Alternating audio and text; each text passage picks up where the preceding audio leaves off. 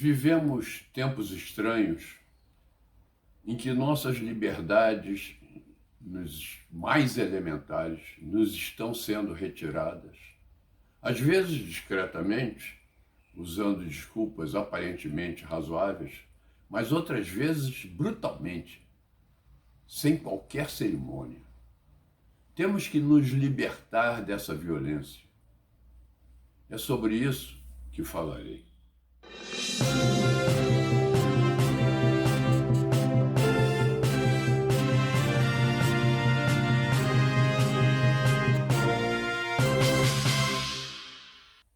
Esta semana, constrangido, mandei mensagens para meus parentes e amigos portugueses, lamentando a ação dos vândalos que incendiaram um maravilhoso monumento no Largo da Glória, no Rio de Janeiro, comemorativo do descobrimento do Brasil.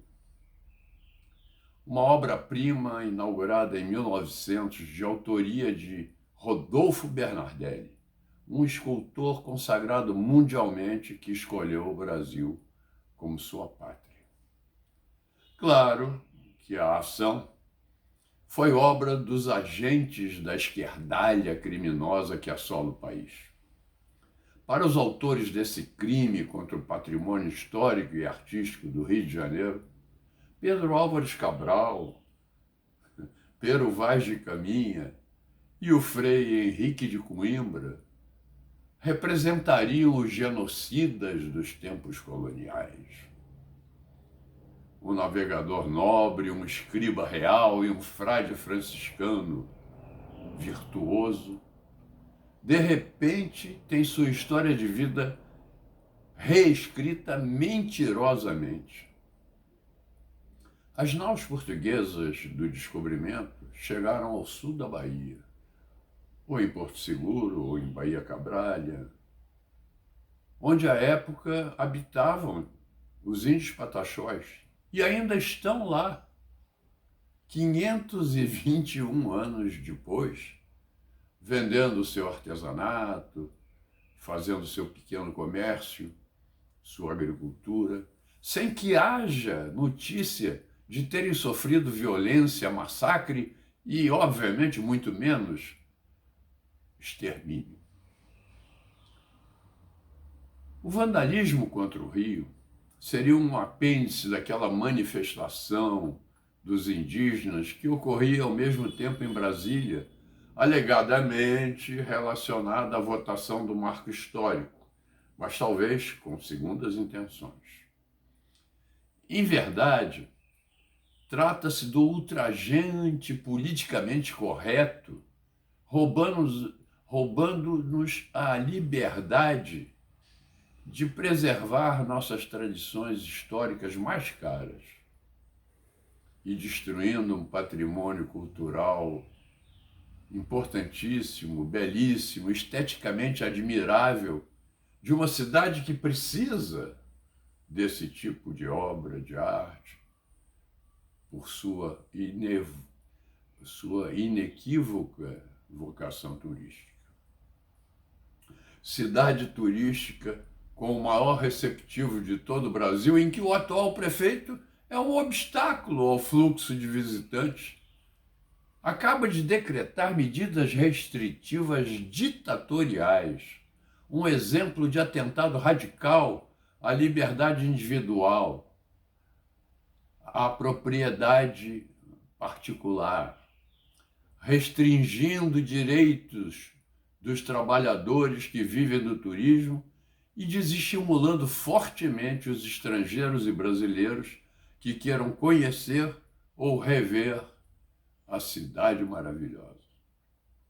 A Prefeitura publicou sexta-feira, dia 27 de agosto, no seu Diário Oficial, decretos que estabelecem a obrigatoriedade da vacinação contra a Covid-19, o que já é inconstitucional, para o acesso a uma série de estabelecimentos e para o atendimento em alguns serviços, talvez essenciais para a vida. A apresentação do comprovante de imunização será obrigatório em estabelecimentos de uso coletivo, como academias de ginástica, estádios e ginásios esportivos, cinemas, teatros, museus, galerias e exposições de arte, convenções, conferências, entre outras coisas. Agora, pasmem, vocês estão sentados? Segundo o nosso ditadorzinho municipal, abre aspas para as palavras dele, a vacinação também será condicionante para que as pessoas sejam submetidas a cirurgias eletivas nas redes pública e privada. Crime contra os doentes que precisam de uma intervenção cirúrgica. Ouçam o primor nas palavras textuais do Alcaide no Centro de Operações Rio e observem a repetição do verbo ter, um cacoete linguístico deplorável do prefeito, muito próprio dos patrimonialistas. Nosso objetivo, aspas para o prefeito, nosso objetivo é criar um ambiente difícil para aqueles que não querem se vacinar, que acham que vão se proteger sem a aplicação do imunizante e que terão uma vida normal. Não terão.